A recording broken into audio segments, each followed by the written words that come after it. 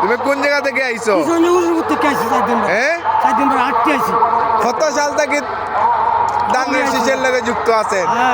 কতদিন থাকিয়া? কত বছর থাকিয়া? আমার দাদা করছে বিএনপি, বাবা করছে বিএনপি, আমরা বায়াসের করছি বিএনপি, আমরা সবাই এখন আপনিও বিএনপি করতেছেন। আজকে যে তারেক রহমান আইছেন,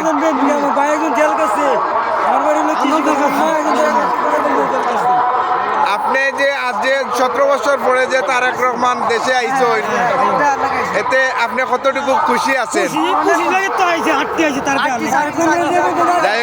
আপনারা কিশোরগঞ্জ থেকে আইছেন?